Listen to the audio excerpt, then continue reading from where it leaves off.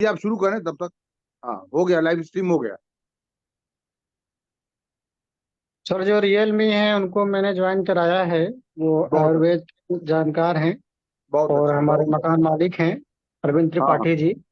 मैंने जी कहा जी। कि आप भी ज्वाइन कीजिए, ज्ञान की बातें हैं।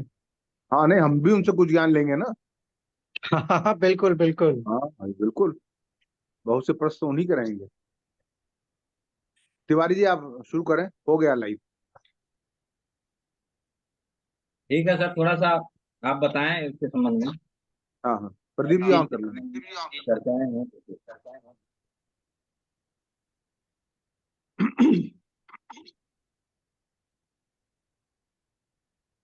प्रदीप जी, आप शुरू करें। अच्छा, अध्यक्ष जी कुछ नहीं बोलेंगे? अध्यक्ष जी बोल चुके हैं। चलिए। अच्छा, बोल चुका, मैं उस समय कॉल पे था। अच्छा। ठीक। आज के इस सेशन में, ओपन सेशन में, सबका बहुत बहुत स्वागत है। और देखिए, सब कुछ तो ठीक है, बोला जाता है, लेकिन सबसे इम्पोर्टेंट है जो आपके अंदर की जिज्ञासा होती है, उसको आप बाहर लाएं, पूछें, और उसका समाधान हो, तो वो बहुत ही महत्व रखता है। इसलिए आज यही सेशन है, और आप स्टार्ट करें। तो बंधुओं,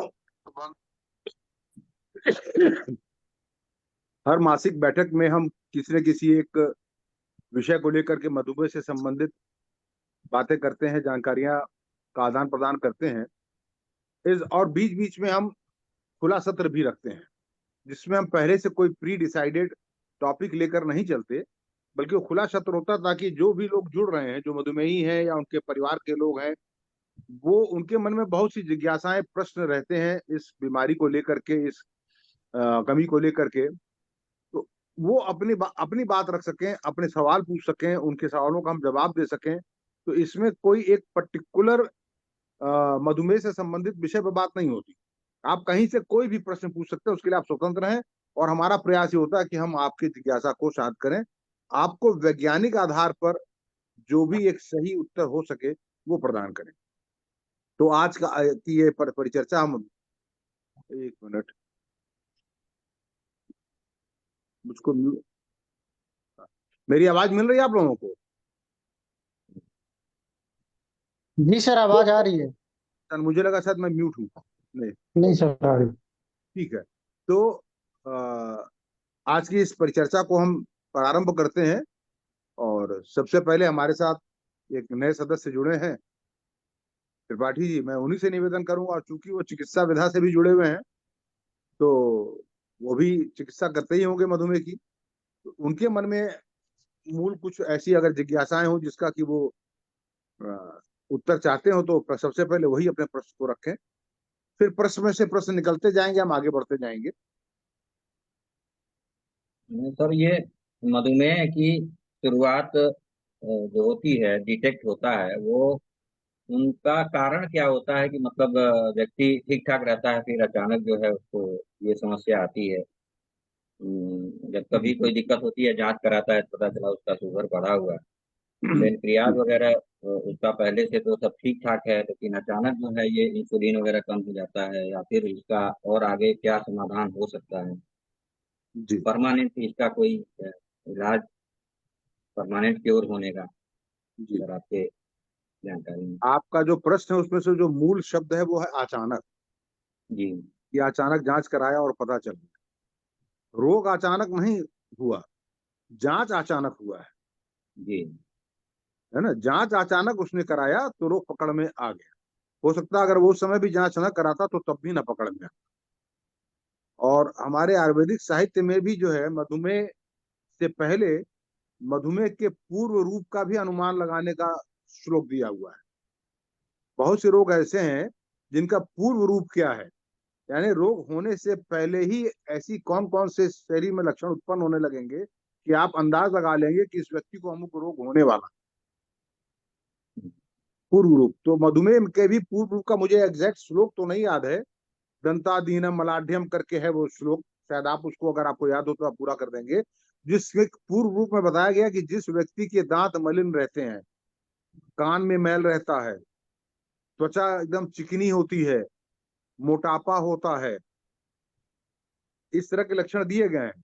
अगर ये सब लक्षण उसके अंदर हैं तो आगे चल करके उसे मधुमेह होने की पूर्ण संभावना रहती है। तो ये रोग अचानक नहीं होता। हाँ, पर्दा एक दिन अचानक उठ जाता है जब जांच हो जाता है। तो रोग का एक ऐसे समझ ले कि एक नाटक का मंचन हो रहा है। स्टेज पर नाटक प्रस्तुत करने के पहले उसकी बड़ी तैयारियां चलती हैं। सारे पात्र अपने अपने डायलॉग याद करते हैं, निर्देशक अपना निर्देशन देता है। जब वो परफेक्ट हो जाता है कि हाँ अब ये नाटक प्रस्तुत करने लायक हो गया है, तो एक दिन वो मंच पे नाटक प्रस्तुत होता है और पर्दा उठता है।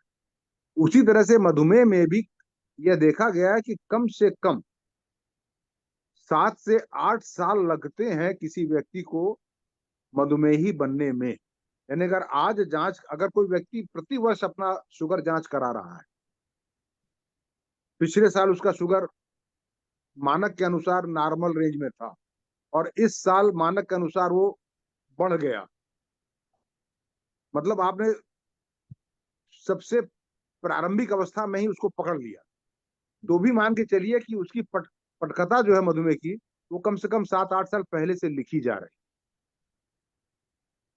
बस वो पकड़ में आ जाया है। पटकथा लेखन में होता क्या है?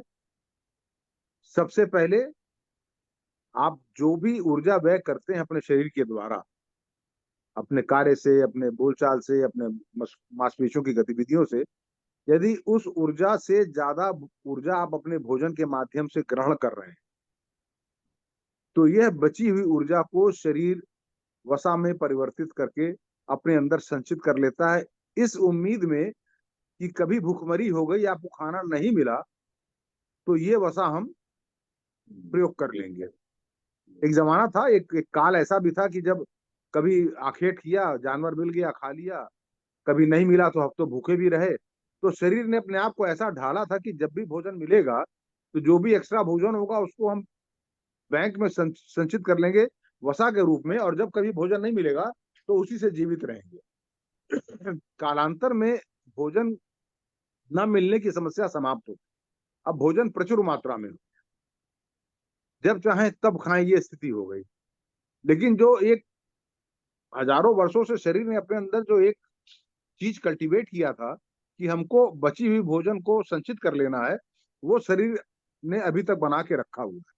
तो आज भी जब आप जितनी ऊर्जा आपको चाहिए उससे ज्यादा ऊर्जा अगर आप खा रहे हैं तो वो वसा में परिवर्तित होकर शरीर में संचित हो जाता है और धीरे धीरे व्यक्ति का वजन बढ़ने लगता है।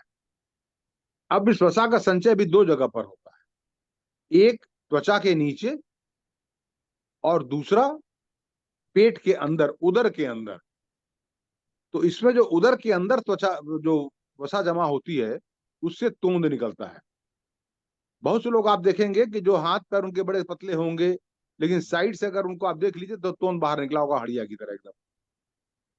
तो ये, और खास करके जो भारतीय उपमहाद्वीप के हम लोग निवासी हैं, हमको कुछ ऐसा अनुवांशिक श्राप मिला हुआ है कि हम जब भी भोजन अधिक ग्रहण करेंगे तो सबसे पहले तोंद फेंकेंगे।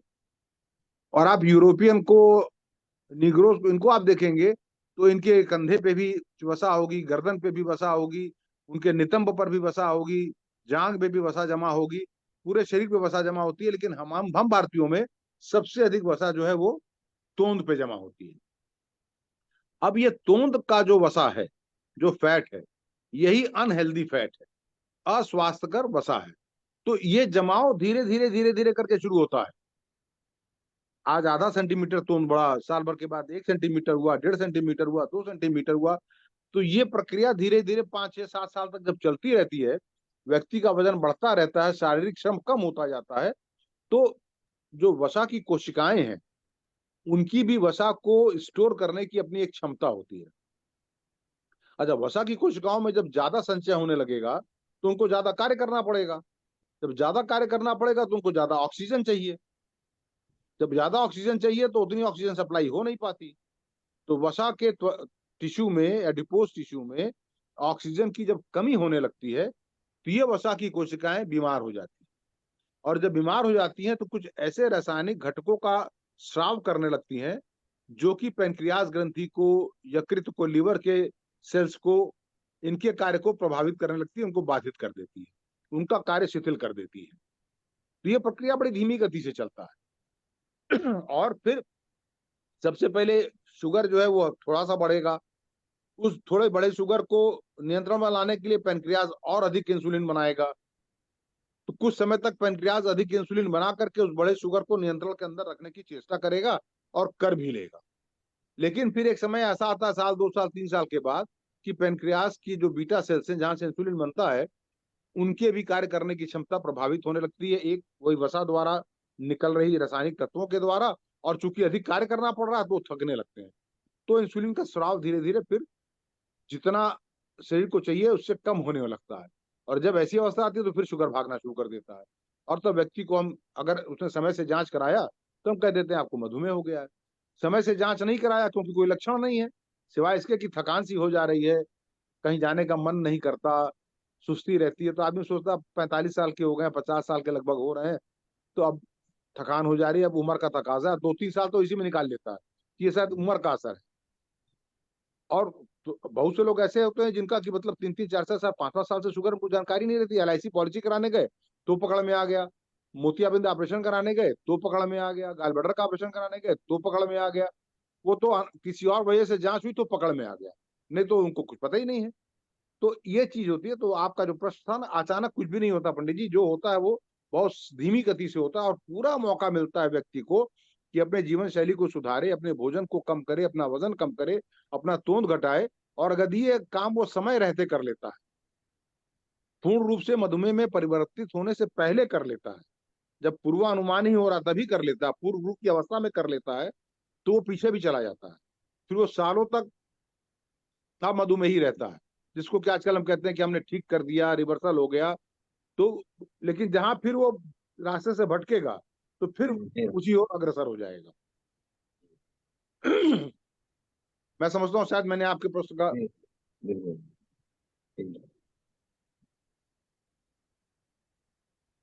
गीता जी, आप कुछ इसमें जोड़ना चाहेंगी?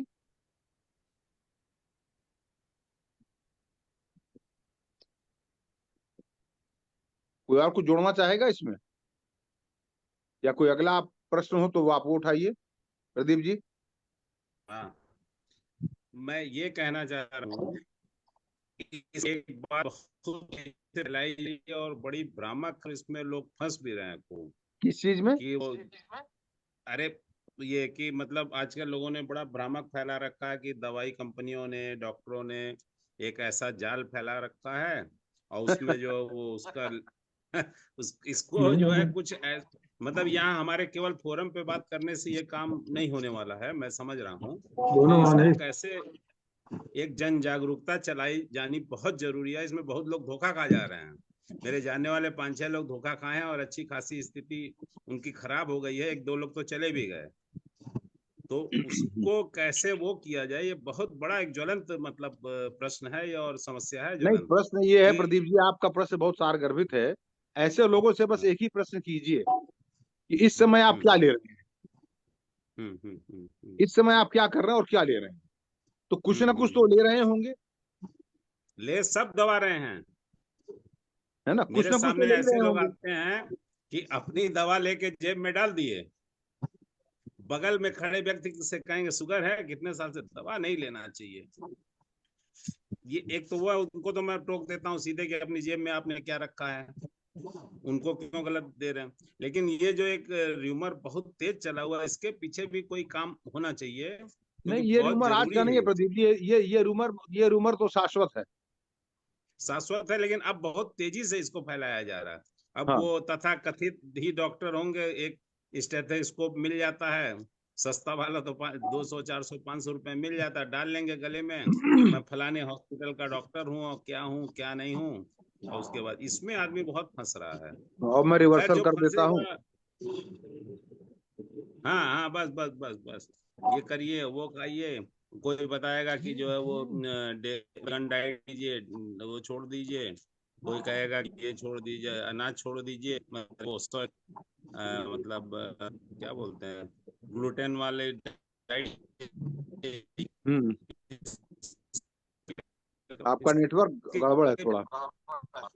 मेरा हाँ, देखिए उसका एक ही उपाय है कि हम लोग जैसे अपना फोरम बना के चर्चा करते हैं, हम ही लोग को ये काम करना है, और हमारे संपर्क में जितने लोग आए हैं उन सबको हम जितना ज्यादा से ज्यादा जोड़ सकें और इस मीटिंग में उनको हम जोड़ सकें, तो ही हमारा उद्देश्य सफल हो पाएगा। हम तो अपना काम कर ही रहे हैं, हर महीने मिलते ही हैं, हाँ किसी एक सही विषय पर चर्चा उठाते ही हैं, लोगों की जिज्ञासा शांत करते ही हैं। और मैं तो ये जितनी भी रिकॉर्डिंग्स, ये सारी रिकॉर्डिंग फेसबुक पे लाइव हो जाती है, तो इसको फिर मैं अपने क्लिनिक पे दिन भर चलाता हूँ, ताकि वहाँ जो भी पेशेंट आके बैठा है वो उसको सुनता रहे। मेरे क्लिनिक नहीं, पे बहुत से ज्यादातर लोगों टाइम की पे इसमें बड़ी वही पॉजिटिव वो चलते हैं। रहती है। हाँ। बहुत से लोग आते हैं, जैसे तो कहते हैं बहुत, मतलब लोगों का पॉजिटिव वो रहता है कि तो बहुत चीज चल रही है। हाँ, तो ऐसे रिकॉर्डिंग भी हैं करने का बहुत से मेरा लोग। पर्पस भी यही है कि मैं उसको क्लिनिक पे फिर चलाता रहता हूँ दिन भर। सुनिए इसको आप, हम्म जब तक जितनी देर बैठे हैं। हम्म तो बिल्कुल सही बात। दूसरा ये कि आजकल जहां जहां भी अच्छी संख्या में लोग प्रातः काल भ्रमण करने जाते हैं या सायकाल भ्रमण करने जाते हैं पार्कों में, उसके सामने आपको ऐसे कई लोग मिल जाएंगे जो एक वेइंग मशीन लेके खड़े हैं, फ्री में वजन करा लीजिए, हम्म। उसके बाद एक हर्बा लाइफ का या पता नहीं कौन सा लाइफ का या कुछ एक चूर्ण का वो हाँ आपको एक पर्ची हाँ, पर्ची पर्ची पकड़ा देंगे। हर्बालाइफ आजकल ज्यादा चला, वैसे हाँ, कई हैं। कोई सीराजेम का पर्ची पकड़ा देगा कि साहब आप हमारे यहाँ हम्म, आइए, दवा छुड़वा देंगे आपका हम। हम्म। तो ये भी चलता है। अब अगर 100 में 3 भी फंसे तो बहुत है। हाँ, तो उनका काम हो गया, जीवा हाँ, है और और क्या क्या और है देखिए, वो। मनुष्य की जो प्रवृत्ति होती है, वो चमत्कार को नमस्कार करने की होती है। बिल्कुल बिल्कुल। उसको कुछ ना करना पड़े, बस। उसको अपनी तरफ से कोई श्रम साध्य कार्य ना करना पड़े, जीवन में कोई नियम का पालन ना करना पड़े, बस कुछ ऐसा चमत्कारी कुछ पत्थर मिल जाए, कुछ चूर्ण मिल जाए, जिसको धारण करने से या खाने से उसकी सारी समस्या का हल हो जाए, और कोई बस भरोसा दिला दे कि हाँ पर मेरे पास है, वो आओ हम देंगे तुमको, तो भाग लेता है उधर, सही तुरंत बात भाग है। लेता है। अब ये है कि वहां से बिल्कुल। निराश होने के बाद 6 महीना साल के बाद फिर उसको उसके पास मारपीट करने नहीं जाता, फिर वो अपने नहीं नहीं, चिकित्सक के पास लौट, पहुंचता है, तब तक काफी कुछ वो खराब कर चुका होता है। उसी को कहते हैं ना, लौट के बुद्धू घर को आए। हाँ बिल्कुल, सही माने में वो बुद्धू बुद्धू ही बनते हैं। बनते हैं और अब वापस आते हैं, फिर उसको गाली देंगे, उसके गाली सामने देंगे तो लेकिन दे उसके नहीं पास सकते। जाते नहीं है, उसके पास जा करके उसके उससे उससे प्रतिवाद नहीं करते कि तुम उससे, बेवकूफ बना रहे हाँ, हो। उससे परिवार करना चाहिए ना, तुमने इतने दिन में किया क्या। है ना। तब अगर परिवार आदमी करने मैडम लगेगा सौ मैडम गीता पचास सिंह बार, जी तो अनम्यूट उनका हो भी गई है जरा, मनोबल मैडम टूटेगा। मैडम जी का कमेंट आने हाँ हाँ, दीजिए। ठीक है ठीक है। हाँ कोई हाँ कोई खास कमेंट नहीं है डॉक्टर साहब, इन सब चीजों से हम लोग बहुत बचे रहते हैं। हाँ। कोई अगर ये कुछ सब कहता भी है तो उस चक्कर में पड़ते ही नहीं है। आप तो लंबे समय से मधुमेही हैं, आप तो इसके सारे इन आउट्स जान रही हैं, जी जी हाँ। और बहुत अच्छे से मैनेज भी करती हैं तो आप अपने। यही सब आपके आपकी मीटिंग का यही तो फायदा है। हाँ, तो बस और लोगों को जोड़िए इसमें, मीटिंग में जो है, तो मजा आए फिर, है ना। टाइम हम लोग का और सार्थक प्रयोग हो उसका। वेदानंद जी, हाँ हाँ, अनम्यूट कर लीजिए, अनम्यूट कर लीजिए आप।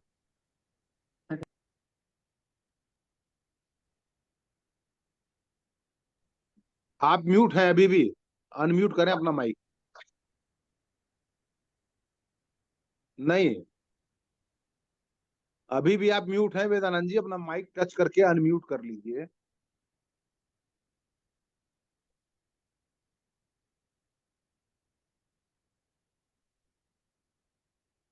क्या बात है, आप मोबाइल पे अपना माइक अनम्यूट नहीं कर पा रहे हैं? भाभी जी को बुलाइए, वो करेंगी, वही आपको म्यूट और अनम्यूट करती हैं, उन्हीं को बुलाइए।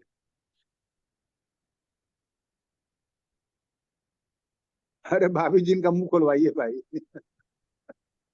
क्यों मुंह बंद कर अच्छा रखा है? सर, एक एक क्वेश्चन है। हाँ, आप पूछिए तब तक वो सीख लें। और डायबिटीज और एक आजकल सुनने में आ रहा है इंटरमीडिएट फास्टिंग। हम्म तो अगर डायबिटीज डिटेक्ट हो चुका है, काफी हाई लेवल पे चल रहा है, हम्म और ये जो इंटरमीडिएट फास्टिंग का जो कॉन्सेप्ट है, इसको हम्म हम कैसे जोड़कर देखें, इससे हमें क्या बेनिफिट मिल सकता है अगर हम उसको करें तो। बहुत अच्छी बात है। इंटरमिटेंट मतलब अंतराल बीच से, में। हाँ हाँ बीच हाँ। बीच में इंटरमिटेंट। अब ये इंटरमिटेंट कई तरह का इंटरमिटेंट हो सकता है, इसको आप समझो। जी हफ्ते में सर। 2 व्रत रहेंगे, इंटरमिटेंट हो गया, सप्ताह में 2 बार बीच में, महीने में 2 बार रहेंगे, दोनों एकादशी रहेंगे, महीने में 2 बार हो गया। हम 24 घंटे में भी कुछ समय उपवास में गुजारेंगे। इंटरमिटेंट जो है वो 24 घंटे के अंदर भी हो सकता है, हफ्ते में हो सकता है, 15 दिन पे हो सकता है, महीने में हो सकता है। ठीक है। तो जो ट्रेडिशनल हमारी माताएं और दादी नानी ये लोग रहा करती थी, अब तो चलन खत्म होता जा रहा है कि महीने में 2 एकादशी व्रत रहना ही रहना है। सुबह से शाम तक कुछ नहीं खाएंगे और शाम को भी कुछ निर्धारित भोजन ही लेंगे। 2 एकादशी का व्रत। अब धार्मिक आधार पर उसको एकादशी से जोड़ दिया गया, उसकी अपनी धार्मिक जो भी उसके महत्ता हो वो एक अलग चीज है, लेकिन शारीरिक महत्ता है कि हफ्ते में 2 बार आपने शरीर को सफाई करने का मौका दिया। लेकिन उससे आपके वजन पे बहुत ज्यादा फर्क नहीं पड़ेगा। यदि आपका वजन सामान्य है, नॉर्मल के अंदर है आपकी हाइट के हिसाब से, और आप सप्ताह में 2 बार व्रत रखते हैं, तो हर 15 दिन पे अगर आप एक बार शरीर को 24 घंटे का मौका देते हैं भोजन न दे करके कि आज भोजन नहीं मिलेगा, आज तुम्हें शरीर की सफाई करनी है, आज तुम सफाई कर दो, भोजन में जितना भी कचरा इकट्ठा उसको साफ कर दो।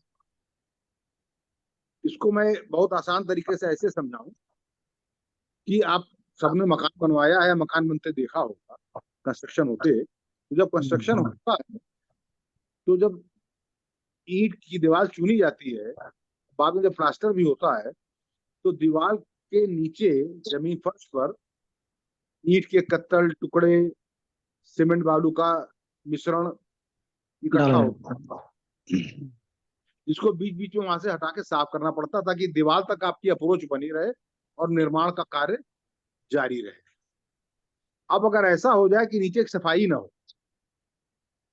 तो कुछ समय पश्चात आपको उस दीवार पर पहुंचने में कठिनाई होने लगेगी, आप उस दीवार तक पहुंच ही नहीं पाओगे और आगे का निर्माण कार्य बाधित हो जाएगा।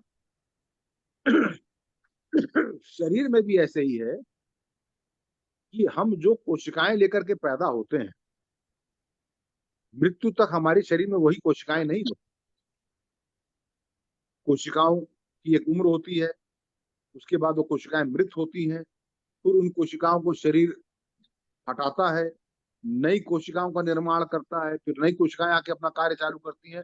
तो निरंतर शरीर के हर अंग में नई कोशिकाओं का निर्माण जारी रहता है, सिवाय एक तंत्र को छोड़ के, वो है नर्वस सिस्टम। नर्वस सिस्टम की कोशिकाएं में रीजनरेशन पावर बहुत कम होता है, इसीलिए एक बार फालिज किसी को मार देता है, उसकी रिकवरी पूरी तरह से नहीं हो पाती, क्योंकि जो हिस्सा मृत हो जाता है उसकी रिकवरी नहीं होती, बल्कि मस्तिष्क का जो बचा हिस्सा है वो उस हिस्से के काम को भी सीखने की कोशिश करता है ताकि उस बाकी हिस्से के काम को वो अपने ऊपर भार लेकर के संचालित कर सके।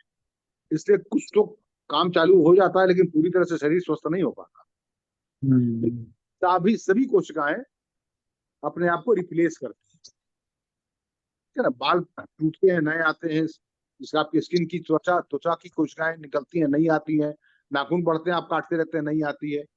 तो इस सारे प्रक्रिया में नई कोशिकाओं के निर्माण में, नई टिश्यू के निर्माण में एनर्जी लगती है। ये एनर्जी हमको भोजन से मिलता है। अब शरीर को अगर हम इतना अधिक भोजन दे दें कि निर्माण कार्य को छोड़ करके सिर्फ वो भोजन पचाने पे लग जाए, 24 घंटे उसको भोजन पचाना है, शरीर में भोजन आया इसको ठिकाने लगाओ, भोजन आया है ठिकाने लगाओ, इसको चर्बी में बदलो, इसको तूम में डालो।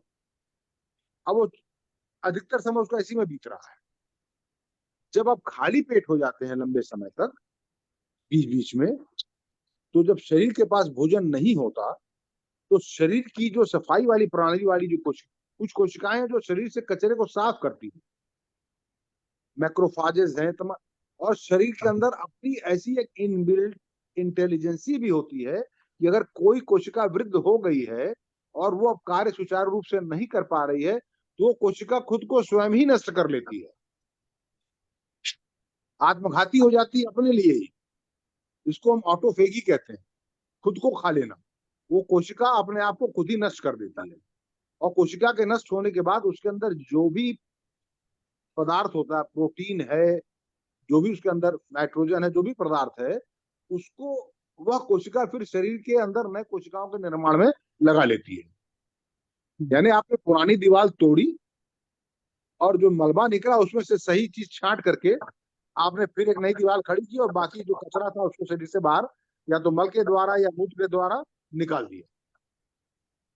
तो इस कार्य को करने के लिए बहुत जरूरी है कि शरीर को कुछ समय तक भोजन पचाने की जिम्मेदारी से निवृत्त कर दिया जाए। जब आप निवृत्त करेंगे तो सफाई के काम पे लगेगा, तो सफाई के काम पे लगेगा तो आपके शरीर में जवानी बनी रहेगी, वजन भी कम रहेगा। तो इंटरमिटेंट फास्टिंग का दो रोल है। एक, अगर आपका वजन सामान्य है तो भी अगर आप इंटरमिटेंट फास्टिंग करते हैं तो आप अपने शरीर को स्वस्थ रखने में मदद करते हैं, नई कोशिकाओं को निर्माण करने में मदद करते हैं। और अगर वजन ज्यादा है और इंटरमिटेंट फास्टिंग के माध्यम से आप कम भोजन लेते हैं, कम ऊर्जा लेते हैं, तो जो शरीर में संचित ऊर्जा है उसको खर्च करने का शरीर को मौका देते हैं। तो शरीर में जो संचित ऊर्जा जब वो खर्च होगी, जब वो वसा खर्च होगी तो तोंद घटेगा, वजन कम होगा। और जब तोंद और वजन कम होगा तो उस तोंद के वसा कोशिकाओं द्वारा जो घातक रासायनिक तत्व निर्माण होकर के शरीर में निकल रहे हैं वो कम हो जाएंगे। तो आपका ब्लड प्रेशर, आपका शुगर, आपका कोलेस्ट्रॉल सब कुछ नीचे आने लगेगा। तो इंटरमिटेंट फास्टिंग बहुत अच्छी चीज है। और सब देखिए, जो त्रिपाठी जी बैठे हुए हैं, आयुर्वेद की क्या था, आयुर्वेद में भोजन के लिए मतलब आयुर्वेद में एक शास्त्र है ऋतुचर्या और दिनचर्या और रात्रिचर्या, ये तीन चर्या बताई गई है, जो पूरी पुस्तक है कि आपके ऋतु के हिसाब से क्या आपका आहार विहार होना चाहिए, 24 घंटे में क्या होना चाहिए, दिन की क्या चर्या होनी चाहिए, रात्रि की क्या चर्या होना चाहिए। तो भोजन के विषय में लिखा हुआ है कि पहला भोजन सूर्योदय के 1 प्रहर के अंदर कर लेना चाहिए और अंतिम भोजन सूर्यास्त के 1 प्रहर के अंदर कर लेना चाहिए। और इन दोनों भोजन के बीच में यदि आपको भूख लगती है तो भोजन करना चाहिए। 1 प्रहर का मतलब 3 घंटे, 1 प्रहर का मतलब 3 घंटे, 12 प्रहर होते हैं, नहीं कितने, 24 भाग दे दीजिए 3 से, कितना हो गया,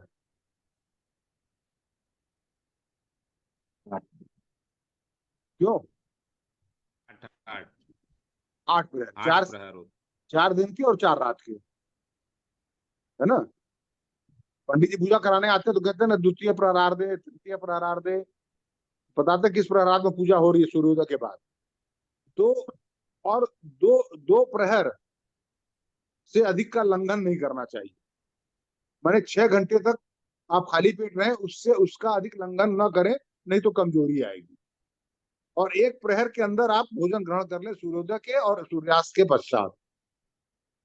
तो अगर आप इस हिसाब से भोजन करते हैं कि सुबह आपने 9-10 बजे तक भोजन कर लिया, सूर्योदय 6 बजे हुआ, 9 बजे तक आपने पहला भोजन कर लिया, अब दूसरा भोजन शाम को 6 बजे सूर्यास्त हुआ, 9 बजे के अंदर कर लिया, और बीच में आपने अगर बहुत भूख लगा तो कुछ खाया, तो इंटरमीडिएट फास्टिंग अपने आप ही होगी। आपने 8 घंटे 10 घंटे बिना खाना खाए गुजार दिया।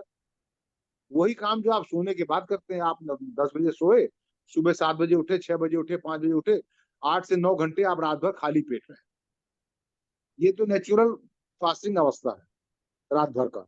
दिन में भी अगर आप यही काम कर लेते हैं कि 6 से 8 घंटे, 9 घंटे तक अगर आप भोजन नहीं लेते, सिर्फ पानी वानी लेकर के गुजारा कर लेते हैं, तो वो भी इंटरमिटेंट फास्टिंग हो गया।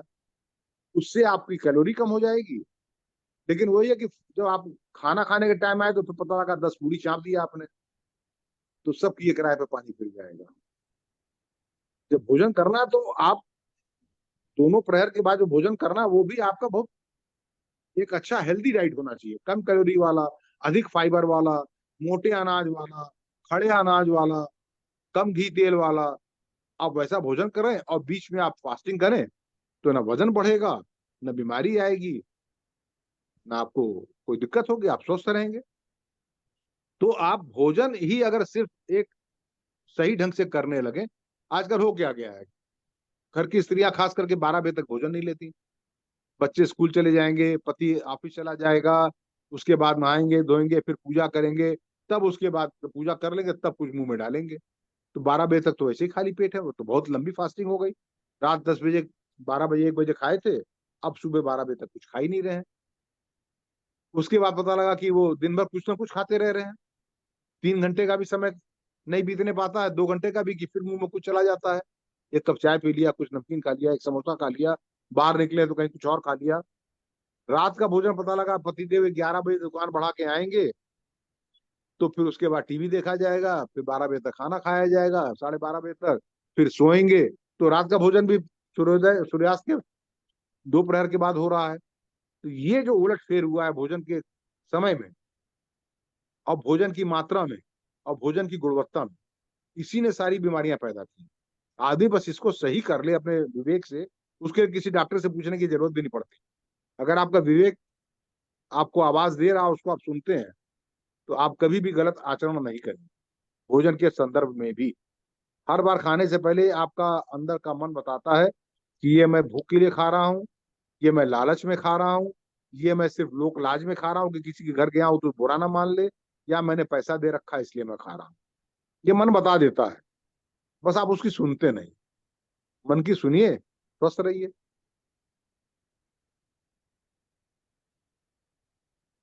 क्यों अनुपम जी, आपको आपके प्रश्न का उत्तर मिला? म्यूट हैं आप। हाँ सर। बिल्कुल बिल्कुल सर। अब वेदानंद दुबे जी तो लॉग आउट कर गए, उनका पहले माइक अनम्यूट नहीं हो रहा था, वो लॉग आउट ही कर गए। वो लग रहा है अनम्यूट की जगह लॉग आउट पे क्लिक कर दिए होंगे। तो दोबारा जुड़ना चाहिए, खैर any how. May be waiting list में भी उनका नाम शो नहीं हो रहा है। हाँ, तो हो सकता है कहीं जाना होगा। हाँ हाँ हाँ तो मेन हाँ। चीज यही है कि भोजन पे ध्यान देना बहुत जरूरी है। और शरीर को टोन अप करने के लिए कम से कम 20 मिनट 25 मिनट व्यायाम, ये बहुत जरूरी है।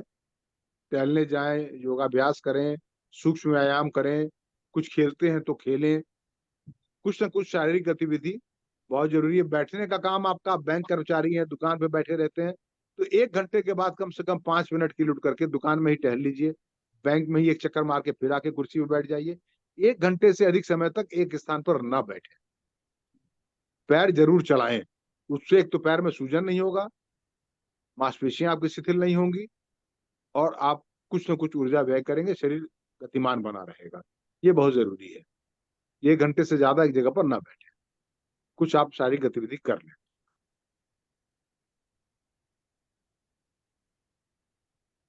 तो अगर आप कोई और प्रश्न नहीं है तो आप जैसा कहें, फिर आज हम लोग परिचर्चा आज यही समाप्त करते हैं, ठीक है सर। और अगले महीने फिर प्रथम रविवार को मिलेंगे, और कोई टॉपिक लेकर के आएंगे इस बार। हाँ ठीक है, ठीक है सर। ओके, सबको प्रणाम। ठीक, नमस्कार सर।